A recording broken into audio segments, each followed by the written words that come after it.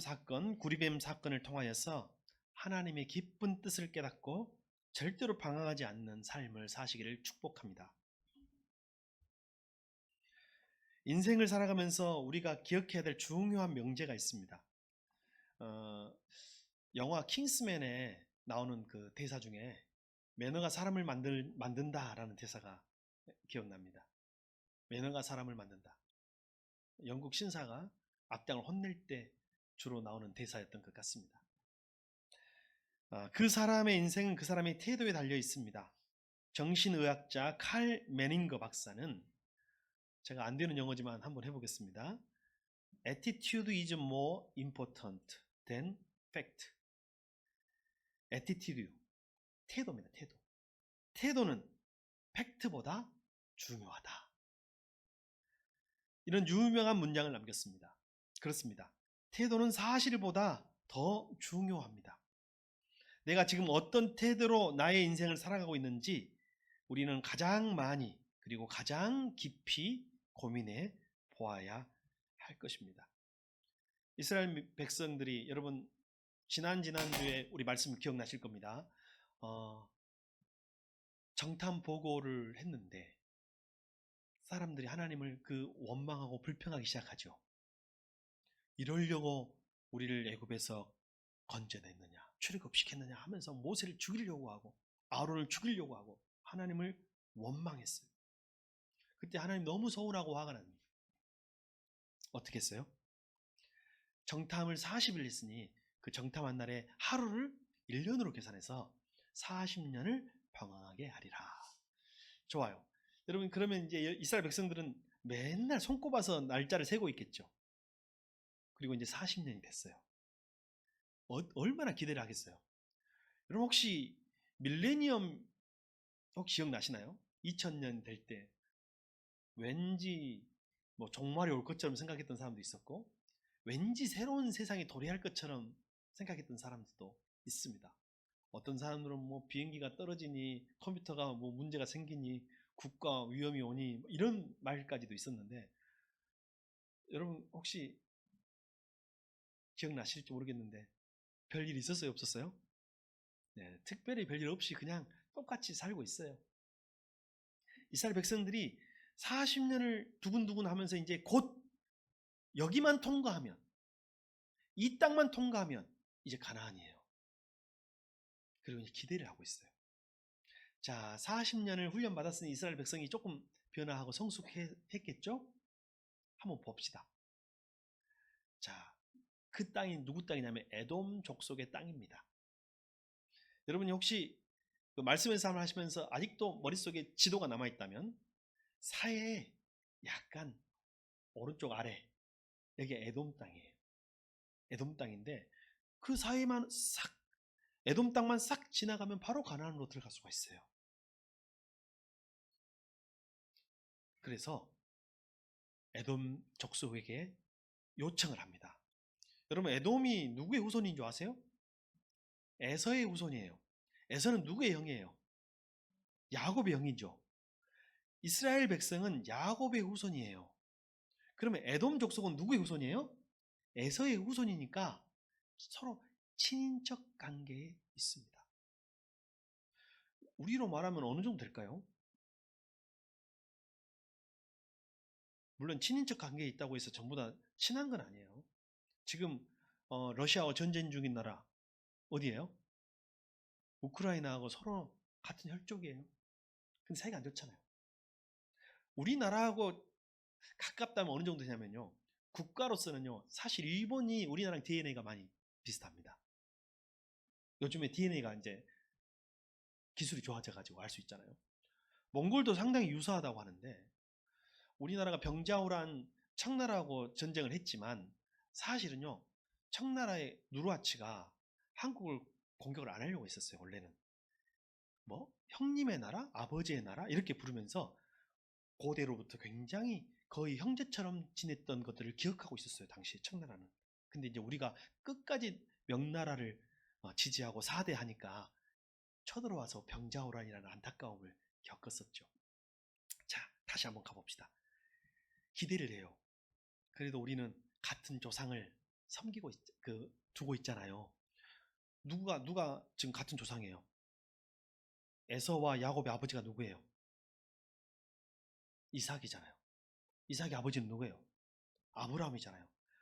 아브라함의 후손으로서 우리가 이 길을 좀 가야 하는데, 저 땅은 우리 조상들에게 우리에게 주신 땅 아닙니까? 하나님을 아는 사람들에게서도. 그러니까 이 땅을 좀 지나가게만 해달라는 거예요. 근데 여러분, 에돔 족속이 지나가게 했을까요? 못했을까요? 못해요. 못 지나간다는 거죠. 우리나라도 일본하고 사이가 안 좋잖아요. 신흥 강대국이 부양하는 거를 누가 좋아할 나라가 없을 것 같아요. 안 된다는 거죠. 그러면 그 땅을 지나가는 방법은 뭐냐면, 근데 꼭 지나가야만 해요. 왜냐하면 이 땅으로 지나가야 최단거리, 시간도 벌지요. 또 뭐냐면 물이 있어요. 사람이 사는 땅이잖아요. 그러니까 거기를 지나가야 물이 있어요. 거기를 지나가야 먹을 것이 있어요.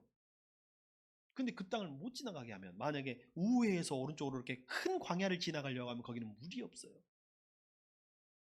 거기는 먹을 것이 없어요. 더워요. 그리고 시간도 너무 많이 걸려요. 그리고 우리 중에 상당수는 지나가다가 죽을 수도 있어요. 원래 기대가 크면 실망이 크다고. 이제 40년을 다 채웠으니까 이제 고생 끝! 여기만 통과하면. 근데 꼭 그때 시련이 와요. 에돔 족속이 안 된다는 거예요. 근데 전쟁을 하려고 해도 전쟁으로 물리치고 지나가면 되잖아요. 근데 하나님 전쟁을 하러가지 않아요. 왜? 형제들끼리 싸우지 마라. 너희들은 형제 나라다. 싸우지 마라.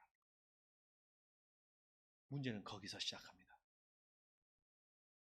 기대가 없으면 실망도 없을 텐데, 기대가 크면 실망이 큰 법이에요. 이제 고생 다 끝났고 40년 채웠으니까 이제 나는 고생 끝! 하고 있는데 갑자기 그 넓은 광야, 먼 광야, 거친 광야를 통과해야 된다고 하니까 사람들이 갑자기 무너지는 거예요. 마음이.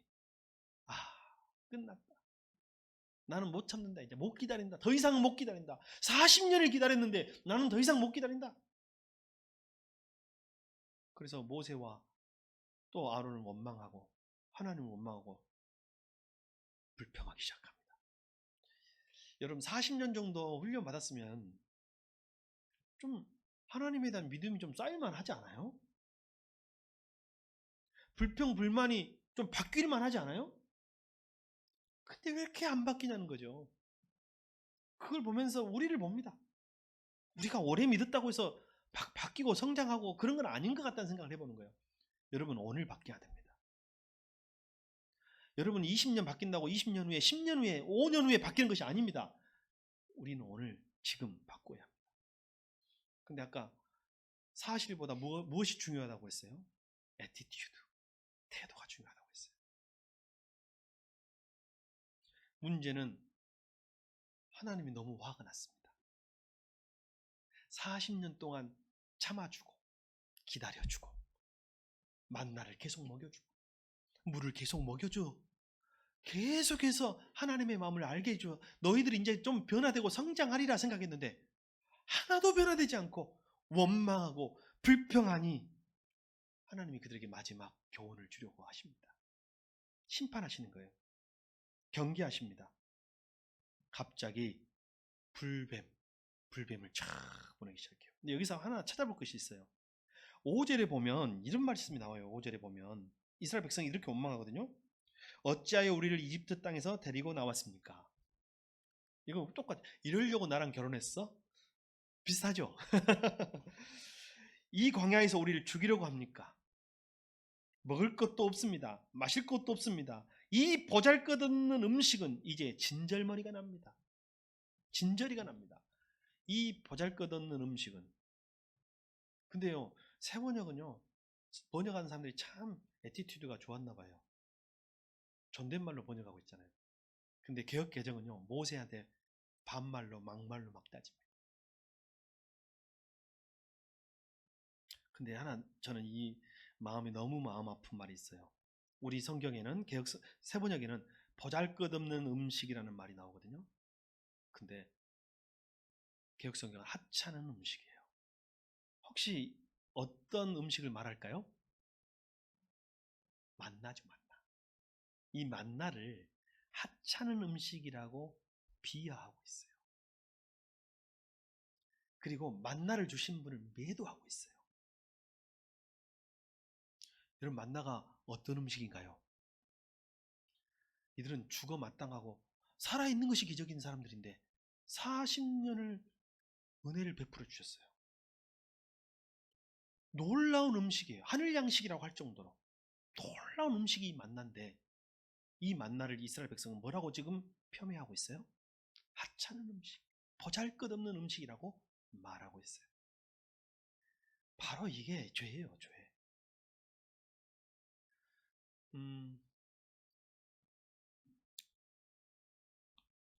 특별히 살아오면서 부모님한테 큰 잘못한 건 없는 것 같은데, 제가 하나 있다면 계속 생각나는 게 하나 있어요.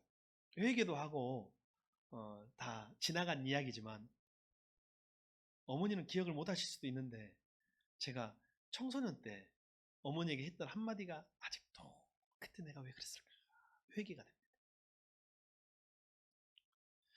저희 집이 이제 그때가 막 몰락해가지고 어려울 때였던 것 같아요. 예전에는 이웃집에 뭘 많이 빌리러 갔던 기억 안 나세요? 설탕 빌려와라 하면 전 설탕도 가서 빌려오고, 소금 빌려와라 하면 소금도, 참기름 빌려와라 하면 참기름도 빌려오고, 또 갚아주고, 밥도 빌리러 가고 그랬어요. 밥도 빌리러 가고. 예전에는 막 이웃지간에 막 그런 걸 빌려주던 시대가 있었어요. 돈도요, 갑자기 돈이 없잖아요. 옛날에 뭐 은행이 막 있는 것도 아니고. 그럼 갑자기 학교에서 뭐 돈 가져와라 그러면 엄마한테 이야기하면 왜 아침부터 또 어제 말하지 하면서 또 이웃집 가가지고 좀 빌려가지고 주시고 했던 그 기억이 나는데, 그때 얼마나 어려웠냐면 이웃집에 돈을 이제 더 이상 못 빌려. 신용이 없어져가지고. 그 정도까지 갔을 때 정도 된 것 같아요, 제가 보니까. 근데 제가 아마 일부러 작심하고 한 말은 아닌데, 엄마한테 뭐 불평 불만을 하다가 던진 말이 있어요. 나한테 해준 게 뭐가 있어? 엄마가 나한테 해준 게 뭐가 있어? 근데 지금 생각해보니 그때 우리 엄마가 저한테 등짝 스매싱을 날렸어야 되는데, 그렇게 무서운 우리 엄마가 저한테 아무 말도 안 했어요. 어른이 되고 보니까 그 한마디에 저희 어머니는 내상을 입으신 거예요. 그렇잖아요. 부모는 자식을 위해서 다 한 거예요. 목숨을 바쳐서 최선을 다해서 다 했어. 근데 그 은혜를 하찮은 은혜로, 볼품없는 보잘것없는 것으로 한마디로도 평가할 수가 있더라는 거죠. 이스라엘 백성에게, 노예였던 그들에게, 자유가 없었던 그들에게 믿음의 자유, 신앙의 자유, 자유의 나라를 주기 위하여, 왕 같은 제사장을 만들기 위하여 그들에게 전부를 주시고 만나를 40년 동안 하루도 쉬지 않고 내려줬던 그 주님의 은혜를 하찮은 음식이라고 폄훼하는 이스라엘 백성들을 보면서 우리를 보는 것입니다. 단순한 하찮은 음식이 아니라 그 불평은 하나님의 은혜를 하찮은 은혜로 만드는 거예요. 왜 불평과 원망이 하나님의 심판의 대상이 되는지 깨닫게 되는 순간이라 할 수가 있겠습니다. 원래 만나의 어원이 뭐라고 했어요? 만후라고 했죠. 만후가 무슨 뜻이라고 했어요? 이게 무엇이냐라는 감탄사라고 했어요. 처음에는 그 만나가 하늘에서 내리니까 이게 뭐 신기한, 이게 뭐냐 했던 이게 무엇이냐 했던 그 놀라운 은혜가 40년이 지나서 세상에 자기가 원하는 대로 안 됐다고 나한테 해준 게 뭐가 있어요? 하찮은 음식이나 주시고 이제 진리입니다 하고 하는 이스라엘 백성을 보니, 여러분, 하나님의 은혜가 부족합니까? 하나님의 은혜가 하찮습니까? 여러분이 받은 은혜가 그토록 볼품이 없고 보잘것이 없습니까? 다시 이것이 무엇이냐라고 외쳤던 만나의 감사와 감동을 회복합시다. 5년 후에 되는 것이 아니라, 40년을 방황한다고 되는 것이 아니라 지금이 회복할 시간인 줄 믿습니다. 이렇게 하니까 하나님이 내버려 두면 그것이 더 큰 벌이에요. 자식이 잘못을 하고 훔치고 범죄를 저지르는데 부모가 만약에 내버려 두면 그것은 더 큰 벌이 되는 거예요. 사실은 하나님이 이들에게 어찌 보면 광야에서 내리는 마지막 훈계를 하십니다. 벌을 주셔요. 불뱀을 보내십니다. 이 불뱀이라고 합니까? 여러분 어떤 뜻일까요? 여러분 혹시 불개미는 뭘 불개미라 그래요? 왜 불개미예요? 빨개서 불개미인가? 아파서 불개미겠죠. 물면 불에 데인 것처럼 따끔따끔 아프니까 불개미인 거예요. 이 독사들이 좀 빨갛긴 하더라고요. 근데 이 불뱀인 이유는 아파서요. 근데 아프기만 한 게 독이 있었던 것 같아요. 물려서 많은 사람이 죽어가요. 서서히 죽어가. 바로 즉사하는 게 아니라 죽어가요. 그리고 많은 사람이 죽어요. 언어를 그대로 직역하면 불타는 뱀이라는 뜻입니다. 물리면 불타는 것 같은 아픔과 고통 속에서 죽어가는 것이죠. 여러분 이 시간 한 번 더 기억합시다. 불평과 원망은 하나님의 심판의 대상입니다. 그냥 하나님을 위해서 불평하고 불만하지 말라는 게 아니었어요. 하나님 기분 나쁘니까, 하나님 서운하시니까 불평하고 불만하지 말라는 것이 아니라 불평과 불만은요 심판의 대상이기 때문에 여러분을 살리기 위한 하나님의 뜻인 줄 믿습니다. 왜냐하면 감사하지 못함으로 불평하는 것이고 믿지 못함으로 원망하는 것이기 때문에 하나님은 그것을 심판의 대상으로 삼으신다는 거예요. 아마 우리 장년들은 거의 기억하는 이름인데 우리 청년들은 모를 것 같아요. 예전에 그 지선아 사랑의 책을 썼던 이지선 씨 기억나시나요? 오랜만에 생각이 나가지고 제가 찾아봤는데 근황이 좀 있더라고요. 우리 이지선 씨가 몇 살인지 아세요 혹시? 78년생이더라고요. 근데 지금 벌써 78년생이면 40대 후반 정도 됐나요? 47. 여러분 78년생? 이제 또래들이 있으시네. 자, 감정이입을 하십시오. 나는 그 지선 씨가 세상에 이 지선아 사랑의 책을 썼을 때 그 놀라움, 충격과 그 감동, 그리고 어찌 보면 그 부끄러움, 그게 막 생각이 났어요. 그가 음주운전자로 인해 교통사고가 나잖아요. 그리고 온몸에 화상을 입잖아요. 온몸이 55% 화상, 3도 화상. 그 전 대학교 다닐 때, 여대 다닐 때 사진을 보니까 너무 예쁘게 생겼더라고 또. 근데 또 대두되게 그 후에 사고 이후에 화상 이후에 얼굴은요 그때 그 모습이 하나도 없어. 그냥 화상 입은 그 상처 난 얼굴 그대로인데 저런 사람이 책을 썼는데 지성아 사랑했어. 그래서 왜 썼을까? 왜 그런 책을 썼을까? 어떻게 썼을까 생각해 봅니다. 그가 기적처럼 살아나긴 했지만 극심한 통증과 끝없이 반복되는 수술 속에서 마음이 점점 피폐해져 갔다고 합니다. 죽고 싶은 거예요. 이렇게 살기 싫고 죽고 싶은 마음이 들었어요. 그가 그 고통을 이기고 고난을 이기고 그 불평과 원망이 끊임없이 왜 접니까? 하나님 왜 접니까? 끊임없이 물었을 때 그가 그걸 이길 수 있었던 것은 어머니 때문이래요. 그 지선한 사랑에는 어머니의 메시지인 거예요. 그리고 자기를 위해서 기도해줬던 교회의 성도들, 지선아 사랑해 힘내, 이 메시지를 제목으로 삼은 거예요. 그의 엄마가 바람은 오직 한 가지였대요. 죽지 않고 살기만 해라. 죽지 않고 살아만 있으면 좋겠다. 당시 그래도 이화여대 다녔으니까 명문대 다닌 거 아니에요. 근데 어떤 꿈도 학교 이런 거 그냥 살기만 하면 좋겠다라는 바람을 가졌어요. 근데 그 딸이 피폐해져가는 모습을 보고 믿음의 엄마가 할 수 있는 제안을 합니다. 우리 눈에 보이는 현실은 암담하지만 딸아 하루에 한 가지씩만 감사 제목을 찾아보자. 이것을 제안했다는 거예요. 엄마가 딸에게. 그가 그렇게 고백해요. 비록 온몸에 붕대를 감고 있었지만 감사할 것을 찾으니 하나씩 생기더라는 거예요. 그가 나눈 감사 몇 가지. 비록 심하게 다친 손이지만 숟가락을 잡아 밥을 먹을 수 있어서 감사합니다. 여러분, 화상이 붙으면 조직이 다 붙어버리잖아요. 이게 손가락도 다 붙어버려요. 이걸 다시 다 잘라가지고 이걸 숟가락을 분리시키고 해야 돼요. 숟가락을 잡아서 밥을 먹을 수 있어서 감사했다. 이거 하루의 제목인 거예요.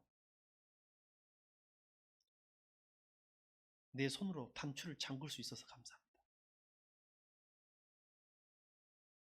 발은 덜 다쳐서 온몸은 여러분 화상 환자는 씻을 수 없어요. 그 당시에는 회복이 될 때까지. 그런데 그때 발을 씻을 수 있어서 감사합니다. 이게 그의 하루하루의 기도 제목이었습니다. 이런 감사의 여정은 마침내 그 마음속에 그가 책을 쓴 이유가 뭐냐면 생각만큼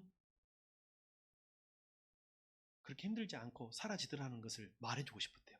사람들이 말하잖아. 눈으로. 너 어떻게 사냐? 너 너무 힘들지 않냐?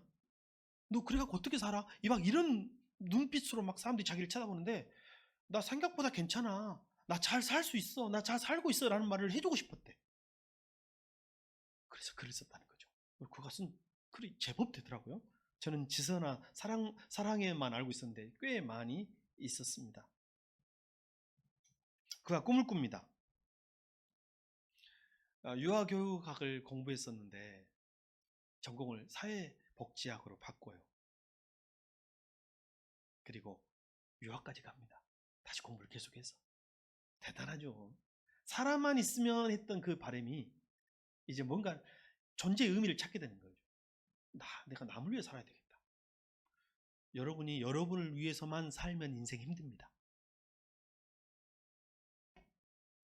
근데요, 남을 위해서 살기로 결정하고 작정하는 순간부터 십자가가 가벼워져. 감당할 수 있어요. 이지선 씨가 이제 남을 위해서 살기로 작정하고 사회복지학을 전공하고 유학을 가는데 엄마의 도움 없이는 하루도 살 수 없던 그가 8년, 9년, 10년 가까이를 미국에서 홀로 보냅니다. 계속 공부를 해내요. 그리고 한동대 교수가 되어서 돌아왔고 최근에 그의 모교 이화여대 교수로 가게 되었다는 근황을 제가 접했습니다. 그녀가 이렇게 말합니다. 아무리 기도해도 점점 더 깜깜한 인생으로 들어가는 것 아닌가 절망하던 시간이 있었습니다. 돌아보니 동굴이 아니고 터널이라는 것을 알게 되었습니다. 깜깜한 곳에 가만히 멈춰 있는 것이 아니라 지금 활약한 오늘을 감사로 살아내는 것이 터널을 통과하는 지혜였습니다. 저 이 말을 들으면서 딱 인사이트가 하나 생겼습니다. 동굴하고 터널이 다르겠구나라는 생각을 해봤어요. 물론 사전적으로는 그게 안 다를 수도 있어요. 동굴은 뭐예요? 동굴은 한국말이고 터널은 영어입니다. 그냥 원래 가장 기본적인 차이는 이거 같아요. 근데 보통 동굴은 좀 천연적인 것이고 터널은 인공적인 것이라고 생각을 합니다. 근데 여러분이 지금 통과하고 있는 이 깊은 어둠이 동굴일까요? 터널일까요? 저는 오늘 사전적인 의미 말고 다른 의미를 하나 부여해보고 싶은데 동굴은요, 입구는 있지만 출구가 없어요. 그러나 터널은요, 입구가 있고 반드시 출구가 있습니다. 이지선 씨가 자기가 동굴에 갇혔다고 생각해요. 내 인생에 출구는 없다고 생각했어요. 근데 견디고 살아보니 그것을 감사로 하루하루를 견뎌보고 앞으로 40년을 하루하루 버티며 나아가 보니 동굴이 아니고 터널이었다는 고백 아니었을까요? 여러분, 하나님은 여러분을 동굴에 가둬두지 않습니다. 너무 길어서 끝이 안 보이는 터널도 있습니다. 근데 반드시 출구가 있고 하나님이 여러분을 예비한 길이 있습니다.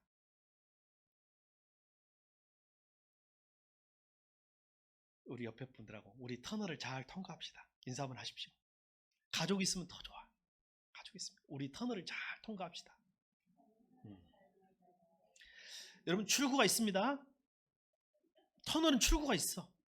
여러분 막막해도 괜찮아요. 그리고 제가 보니까 책을 이지선 씨만 쓰면 안 되겠어요. 우리 교회에 책 쓴 사람이 많습니다. 자기 이름으로 책 한 권 쓰십시오. 사랑해.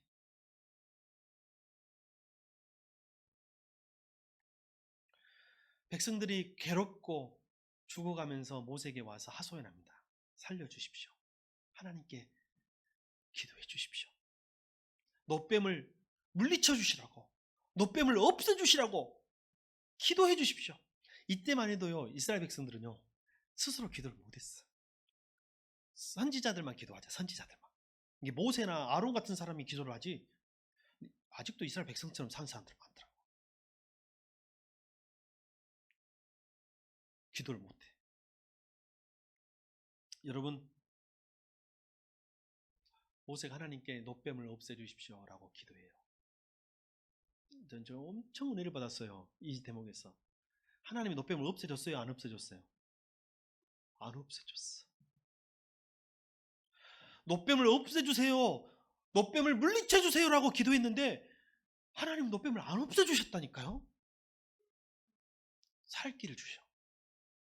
노뱀을, 이 불뱀을 없애주시지 않고 노뱀을 주시면서 장대 높이 달아라. 그리고 진 중앙에 세우고 진 사면에서 바라보게. 불뱀에 물린 자마다, 쳐다보는 자마다 모두 살 것이다. 하나님 이렇게 선언하셨어요. 하나님의 방법은 불뱀을 없애시는 것이 아니라 십자가를 주시는 거예요.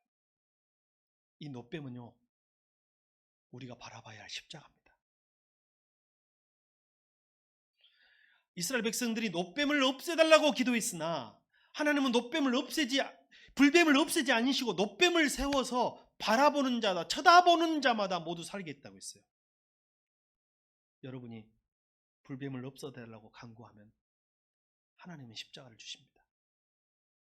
그리고 우리에게 십자가를 바라보라고 하십니다. 그리고 십자가를 쳐다보면 모두 산다 라고 말씀하십니다. 우리가 질병으로 인해서 간구하면 하나님은 십자가를 주십니다. 그리고 말씀하십니다. 십자가를 쳐다보면 산다. 십자가를 바라보면 모두 산다. 우리가 인생의 목마름으로 인해 간구하면 하나님은 십자가를 주십니다. 그리고 말씀하십니다. 십자가를 쳐다보면 다 산다. 모두 산다. 우리가 배고픔으로 인해, 가난으로 인해 간구하면 하나님은 또 십자가를 보여주십니다. 인생의 구원의 답은 거기에 있는 거예요. 그리고 말씀하시는 거예요. 쳐다보면 모두 살 것이다. 우리가 환경으로 인해서 원망하고 간구하면 하나님은 십자가를 주십니다. 그리고 또 말씀하십니다. 십자가를 쳐다보면 모두 살 것이다. 우리가 사람으로 인해서 간구하면 하나님은 또 십자가를 보여주십니다. 말씀하십니다. 십자가를 쳐다보면 모두 살 것이다. 사랑하는 새순가족 여러분, 여러분과 함께 이 광야를 여행하게 됨이 너무 영광스럽습니다. 그러나 우리가 통과하고 있는 이 광야는 동굴이 아니라 터널인 줄 믿습니다. 그리고 우리가 살아갈 길은, 우리가 구원받는 길은 불뱀이 사라지는 것이 아니라 십자가를 바라보는 데 있는 것을 믿습니다. 여러분이 오늘도 십자가를 바라보고 기도하고 간구하면서 하나님의 뜻을 찾아내신다면 여러분은 책을 10권도 쓰실 것입니다. 은혜와 감사의 책으로 말입니다. 기도드리겠습니다. 하나님 감사합니다.